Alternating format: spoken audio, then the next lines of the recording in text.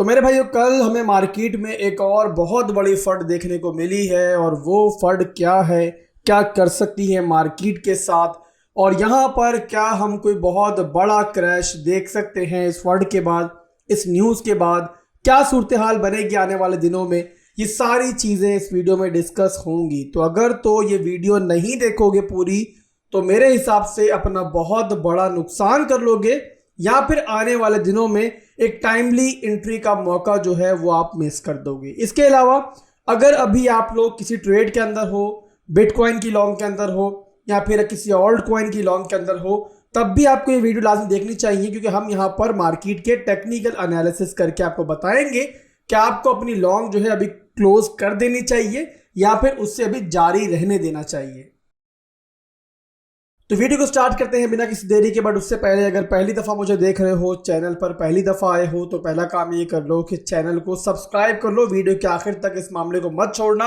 ऐसा ना हो कि वीडियो देखकर फारिग हो और फिर आपको मेरा चैनल मिले ही ना और आप लोग टाइमली अपडेट से महरूम रह जाओ आने वाले दिनों के अंदर। तो ना सिर्फ कि चैनल को सब्सक्राइब कर लो और साथ में बेल आइकन को भी हिट कर लो। और इसके अलावा अगर वीडियो पसंद आती है मेरे भाइयों को, मेरे दोस्तों को, तो लाइक और कमेंट करना आप लोगों ने नहीं भूलना है। तो फेयर एंड ग्रीड इंडेक्स से चार्ट मेरे सामने ओपन है जहां पर वैल्यू चल रही है 52, न्यूट्रल वैल्यू चल रही है। लास्ट मंथ ये ग्रीड के अंदर था, उसका रीजन के लास्ट मंथ बिटकॉइन 31,000 से ऊपर जो है वो टॉप मार रहा था और वहां पर तमाम रिटेल ट्रेडर्स इन फेक गुरुज के हाथों जो है बेवकूफ बने हुए थे और वो ये एक्सपेक्ट कर रहे थे कि बिटकॉइन फौरी तौर पर जो है वो 40,000 पे चला जाएगा, 45,000 पे चला जाएगा। तो बहरहाल उनकी उम्मीदें वहां पर टूटी और बिटकॉइन ने वहां पर एज एक्सपेक्टेड जैसे बताया गया था रिजेक्शन ली और उसके बाद हमने देखा कि जो वैल्यू है वो न्यूट्रल में आ गई। यानी कि अभी भी वो लोग यहाँ पर बहुत ज़्यादा बेरिश नहीं हुए बट यहाँ पर फिलहाल के लिए वो बुलिश नहीं है और यही सेंटिमेंट्स हमें अभी भी दिखाई दे रहे हैं। हालांकि मार्केट में एक बहुत बड़ी फट हमें कल देखने को मिली है। अब ये फट आपके सामने है कि डिपार्टमेंट ऑफ जस्टिस ये कंसीडर कर रहा है कि बाइनेंस के अगेंस्ट फ्रॉड चार्जेस जो है फाइल किए जाएं। अब काफ़ी लोग इसको हल्का ले रहे हैं बट मेरे हिसाब से अगर ऐसा हो जाता है वाकई में तो ये क्रिप्टो मार्केट को कम से कम शॉर्ट टर्म के अंदर काफ़ी हिला सकता है। और आप अंदाज़ा इसे ये लगाओ कि डिपार्टमेंट ऑफ जस्टिस जो है वो खुद भी डर रहा है कि अगर वो ये फाइल कर देता है चार्जेस तो उसके बाद जो यूएसए के सिटीजन्स हैं उनको भी नुकसान हो सकता है क्योंकि इसकी वजह से जो बाइनेंस है वो बैंकरप्सी की तरफ जा सकता है। और जाहिर सी बात है अगर एक्सचेंज बैंकरप्सी की तरफ जाएगी तो जो भी यूएसए के सिटीजन सिस्टम ट्रेड कर रहे हैं बाइनेंस यूएसए के ऊपर तो वो वहां पर मामला उनके फंस जाएंगे, उनका लॉस भी हो सकता है और इसी वजह से ये भी फैसला नहीं कर पा रहे। बहरहाल अगर फाइनल फैसला हो जाता है ना तो यहाँ पर मैं आपको ये तो बता दूं कि मार्केट पर असर जरूर पड़ेगा। कितना पड़ेगा जाहिर है वो हम आगे चल के भी चार्ट के ऊपर देखेंगे कि मैक्रो लेवल्स पर क्या हमारे लेवल्स बन रहे हैं। बट यहाँ पर फिलहाल के लिए मार्केट पर इसका इतना असर जरूर पड़ा है कि बिटकॉइन जो कल हमें पॉजिटिव बिहेव करता हुआ दिखाई दे रहा था और जिसकी बेस पर मैंने छोटी सी एक स्कैल्प भी दी थी अपने टेलीग्राम पे ऊपर और डिस्कॉर्ड के ऊपर, तो वो हमारी स्कैल्प जो है थोड़ी गड़बड़ करती हुई हमें दिखाई दी। स्टॉप लॉस हिट नहीं हो बट बहरहाल इंटरनल स्ट्रक्चर के अंदर यानी कि 30 मिनट और 1 घंटे के अंदर एक छोटी सी सपोर्ट थी बिटकॉइन की जो अगर ये फट ना आती तो बिटकॉइन बड़ी कामयाबी के साथ होल्ड करता और वहीं से बाउंस करता। बट बहरहाल फट जो है मार्केट में आई और बिटकॉइन ने वो छोटी सी इंटरनल स्ट्रक्चर की जो सपोर्ट थी वो वहां पर ब्रेक कर दी है। अब क्या मामला चल रहे हैं चार्ट के ऊपर और यहाँ पर हम क्या देख सकते हैं, अगर ये फट आती है तो बिटकॉइन कहाँ तक डंप कर सकता है, ये सब कुछ अपने चार्ट पर देखेंगे। सबसे पहले हम डिस्कस कर लेते हैं उस छोटी सी स्कैल्प को जो मैंने आपको दी थी। यहाँ पर आप देखो तो बिटकॉइन जब तक इस सपोर्ट को हमारी वीकली रेंज लो को होल्ड कर रहा था ना 4 घंटे के टाइम फ्रेम के अंदर, जो हमारा एक अप ट्रेंड था वो इंटैक्ट था। बिटकॉइन ने यहाँ पर एक हाई बनाया और ये हमारा लो का एरिया था। जब तक ये नहीं टूटता 4 घंटे के टाइम फ्रेम के अंदर हमारा स्ट्रक्चर भी नहीं बिगड़ना था।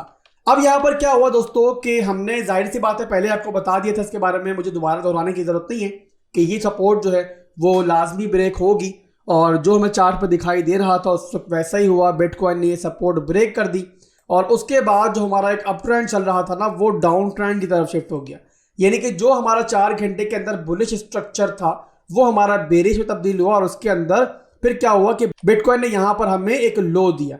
अब यहां पर डाउन ट्रेंड कंफर्म होने के बाद क्या होना था कि जो हमारा प्रीवियस हाई बना था ना, यानी कि एक नया लो बनने के बाद जो प्रीवियस हमारा हाई था ये वाला एरिया जो कि ब्रेक हो गया। यहां पर देखो तो बिटकॉइन ने दोबारा से एक अच्छा हाई नया बना के दे दिया हमें और इस हाई के बनने के बाद दोस्तों मामला बदला दोबारा से। बिटकॉइन ने यहाँ पर दोबारा से अपने स्ट्रक्चर को, जो कि बेरिश था, बुलिश में तब्दील किया और वीकली रेंज लो भी हमारी यहाँ पर रिक्लेम हो गई। तो उसके बाद जाहिर सी बात है हम ये एक्सपेक्ट करेंगे टेक्निकली कि बिटकॉइन जो है ऊपर मिड रेंज को टारगेट करेगा और वीकली रेंज हाई को टारगेट करेगा, जो कि अगर ये फंड ना आता तो ऐसा ही होता। आपने देखा होगा कि लास्ट मेरे 100 एनालिसिस मार्केट के बारे में अगर पकड़ लो ना, आप मेरी वीडियोस निकाल के देख लो तो आपको दिखाई देगा कि 100 में से मेरा ख्याल है 99 दफा ऐसा ही हुआ होगा, बल्कि मैं कहता हूं 100 दफा ऐसे ही हुआ होगा। जो मैंने आपको बताया होगा मार्केट में वैसा ही हुआ होगा। बट जैसे मैंने आपको हमेशा एक बार बताई है कि हम मार्केट से बड़े नहीं है, मार्केट हमसे बहुत बड़ी है। तो कभी अगर जो हम एक्सपेक्ट कर रहे होते हैं उसके मुखालिफ भी मार्केट जा सकती है कि बाइनेंस की एक बहुत बड़ी फंड मार्केट में आई और जाहिर सी बात है फंड किसी के कंट्रोल में नहीं है और वहां पर आपके टेक्निकल भी वहां पर जब फंड आती है ना तो बिगड़ जाते हैं। बट फिर भी मैंने आपको ये ट्रेड क्लोज अभी तक क्यों नहीं करवाई, वो उसका रीजन भी आपको बता दूं कि हमारा 30 मिनट और 1 घंटे के अंदर तो थोड़ा सा स्ट्रक्चर ब्रेक हुआ है नीचे की तरफ इस फंड की वजह से। बट उसके बावजूद जो ओवरऑल स्ट्रक्चर है ना, जिसकी बेस पर मैंने आपको ये ट्रेड दी थी, वो अभी तक नहीं बिगड़ा है। क्यों नहीं बिगड़ा है?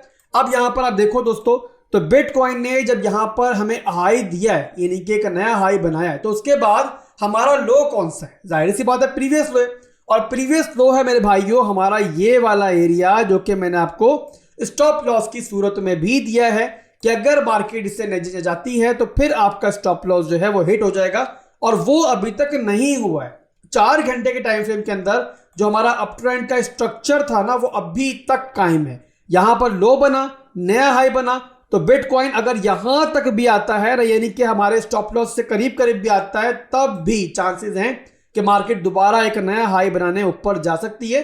और अभी तक देखो तो इस बड़ी फंड के ऊपर बिटकॉइन ने रिएक्ट तो जरूर किया है कि छोटा सा हमारा इंटरनल स्ट्रक्चर ब्रेक किया, बट ओवरऑल हमें कोई बहुत बड़ी रेड विक अभी तक नहीं दिखाई दी है। अब यहां पर खतरा टला नहीं है, ये पॉसिबल है कि अभी भी ये ट्रेड खराब हो जाए, बट यहां पर ट्रेड को क्लोज करने का मतलब कोई नहीं है जब हमारा स्ट्रक्चर इंटैक्ट है। हमने अपने रिस्क मैनेज किए हैं। मैंने आपको हमेशा समझाया कि जब भी आप किसी शॉर्ट टर्म की ट्रेड के अंदर जाते हो ना, स्कैल्पिंग के अंदर जाते हो, तो वहां पर आपने स्टॉप लॉस को लाजमी लगाना है और सबसे बड़ी बात कि रिस्क मैनेजमेंट लाजमी करनी है और अपने पोर्टफोलियो का 2% या 1% ही दांव पे लगाना है। अब रिस्क मैनेजमेंट का मतलब तो आपको पता ही होगा कि अगर आपका स्टॉप लॉस हिट होता है तो आपके टोटल पोर्टफोलियो का मैक्सिमम 2% आप लूज करो, इससे ज्यादा ना करो। अगर इससे ज्यादा लूज कर रहे हो तो इसका मतलब आप ओवर रिस्क ले रहे हो मार्केट के अंदर, जो कि नहीं लेना चाहिए। तो बहरहाल दोस्तों, यहां पर हमारी ट्रेड, हमारी जो लॉन्ग थी, वो हम यहां पर बंद नहीं की है हमने, इसी बेस के ऊपर कि हमारा जो 4 घंटे के टाइम फ्रेम के अंदर हमारा स्ट्रक्चर है ना, वो अभी तक कायम है। और वो कब टूटेगा? जब हमारा ये लो जो बना हुआ था ना, ये टूट जाएगा।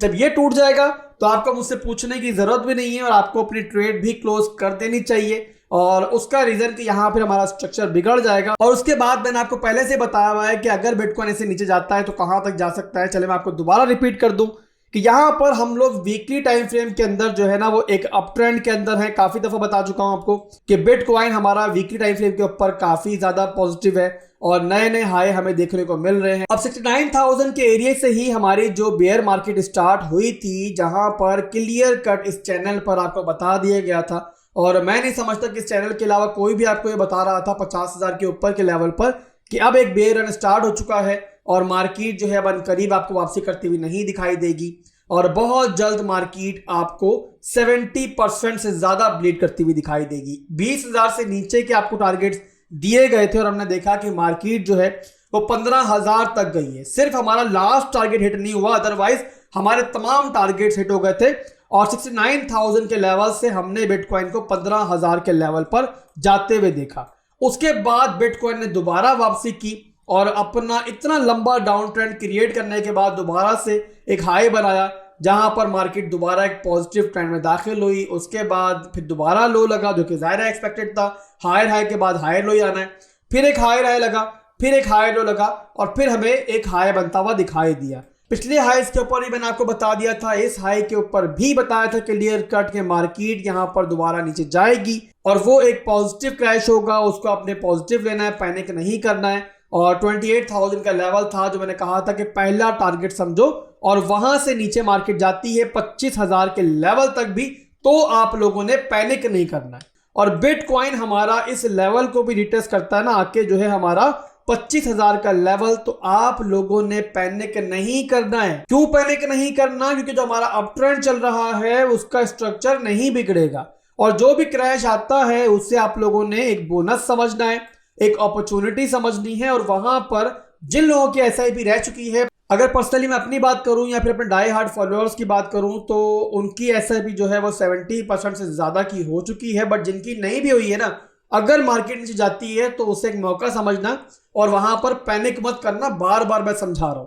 बहरहाल दोस्तों, यहां पर मार्केट हमारी वीकली के अंदर अप ट्रेंड के अंदर है, ये क्लियर आपको हो चुका है। तो यहां पर मिड टर्म के अंदर आपको परेशान होने की जरूरत नहीं है। स्पॉट के अंदर आपकी बाइंग्स है तो आपको बिल्कुल परेशान होने की जरूरत नहीं है। और इंशाल्लाह आप लोग नेक्स्ट बुल रन के अंदर, मुझे पूरी उम्मीद है कि अगर आप लोगों ने अच्छे कॉइन्स की सिलेक्शन की है तो आप लोग फायदा उठाओगे। इसी वजह से मैं कहता हूं कि कभी भी अपनी ट्रेडिंग को और इन्वेस्टमेंट को मिक्स मत करो। जो हम यहां पर लेवल टू लेवल ट्रेडिंग करते हैं, छोटी छोटी ट्रेड्स लेते हैं, वो सिर्फ इस वजह से होती हैं कि मार्केट जब रेंज में घूम रही है तो वहां पर भी कुछ ना कुछ प्रॉफिट हम रोजाना निकालते रहें। और जो ट्रेडिंग होती है ना, वो हमेशा रिस्क मैनेजमेंट के साथ होती है कि अगर 10 ट्रेड्स में आप प्रॉफिट बुक कर रहे हो तो उसके बाद अगर 1-2 ट्रेड्स आपकी स्टॉप लॉस को हिट भी करती है ना, तो आपको परेशानी नहीं होगी।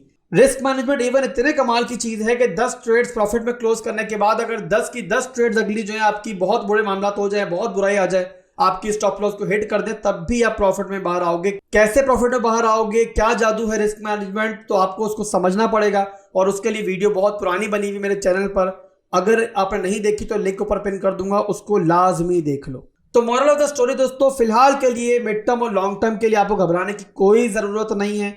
अगर कोई फंड मार्केट में आता है और उसकी वजह से मार्केट में कोई क्रैश आता है तो उसे एक बाइंग अपॉर्चुनिटी समझ लेना। बस एक बात याद रखना, हमेशा कभी भी किसी लेवल पर भी पूरा पोर्टफोलियो मार्केट में मत लगा देना। इन्वेस्टमेंट जब भी करो एसआईपी के तहत करो, यानी कि पार्ट्स के अंदर करो। इसके अलावा बाइनेंस के यूजर्स भी काफी पैनिक हैं इस टाइम, तो उनको भी मैं बता दूं कि अगर तो आप लोग बाइनेंस के ग्लोबल यूजर हो, यानी कि बाइनेंस के ऊपर ट्रेड कर रहे हो, बाइनेंस यूएस के ऊपर ट्रेड नहीं कर रहे, तो फिर आपको परेशान होने की जरूरत नहीं है। अगर कोई फ्रॉड चार्जेस बाइनेंस के अगेंस्ट आते भी हैं तो जाहिर है मार्केट तो क्रैश करेगी और जो यूएसए के ट्रेडर्स हैं वो भी सफर करेंगे। बट ओवरऑल जो ग्लोबल यूजर्स हैं ना, वो फौरी तौर पे सफर नहीं करेंगे। और आपके पास फिर भी मौका होगा कि अल्लाह ना करे अगर कोई बहुत बड़ी बुराई भी आ जाती है, जिसके चांसेस कम है, बाइनेंस दुनिया की सबसे बड़ी एक्सचेंज है, तो चांसेस कम है कि बाइनेंस जो है बिल्कुल खत्म हो जाए। बट क्रिप्टो मार्केट है, कुछ भी पॉसिबल है। यहां पर हिस्ट्री में हमने बहुत बुरा होते हुए भी देखा है। तो आपको एक सेफ्टी मेजरमेंट बता रहा हूं कि जो भी आपके फंड्स है ना, वो कभी भी किसी एक एक्सचेंज के ऊपर मत रखो, हमेशा डाइवर्सिफाई करो।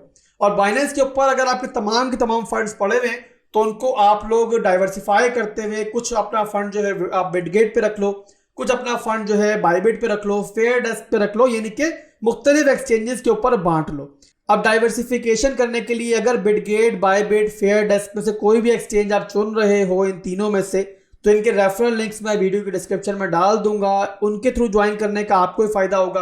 आप हमारी कम्युनिटी में दाखिल हो जाओगे, हमारी जो फ्री प्रीमियम सर्विसेज है उनसे फायदा उठा पाओगे। इसके अलावा एक्सचेंज पर कभी भी कोई मसला आता है ना, तो अकेले नहीं खड़े होगे उनके सामने, आपके साथ आपकी कम्युनिटी मौजूद होगी। तो कम्युनिटी बेनिफिट्स हासिल करने के लिए अगर आप लोग चाहो, जबरदस्ती नहीं भाई, आप लोगों की मर्जी है, अगर चाहो तो मेरे रेफरल्स के थ्रू आप नया अकाउंट बना सकते हो और वहां पर आप लोग अगर चाहो तो डाइवर्सिफिकेशन कर सकते हो। तो आज के लिए दोस्तों बस इतना ही था। उम्मीद करता हूं जो इतनी तफसील से मैंने समझाया है आपके सर के ऊपर से नहीं गुजरा होगा। अगर गुजर भी गया है तो कमेंट सेक्शन मौजूद है, वहां पर मुझसे सवाल पूछो, मैं इंशाल्लाह आपको जवाब दूंगा। आज के लिए बस इतना ही था। दुआ में याद रखना। अल्लाह हाफिज।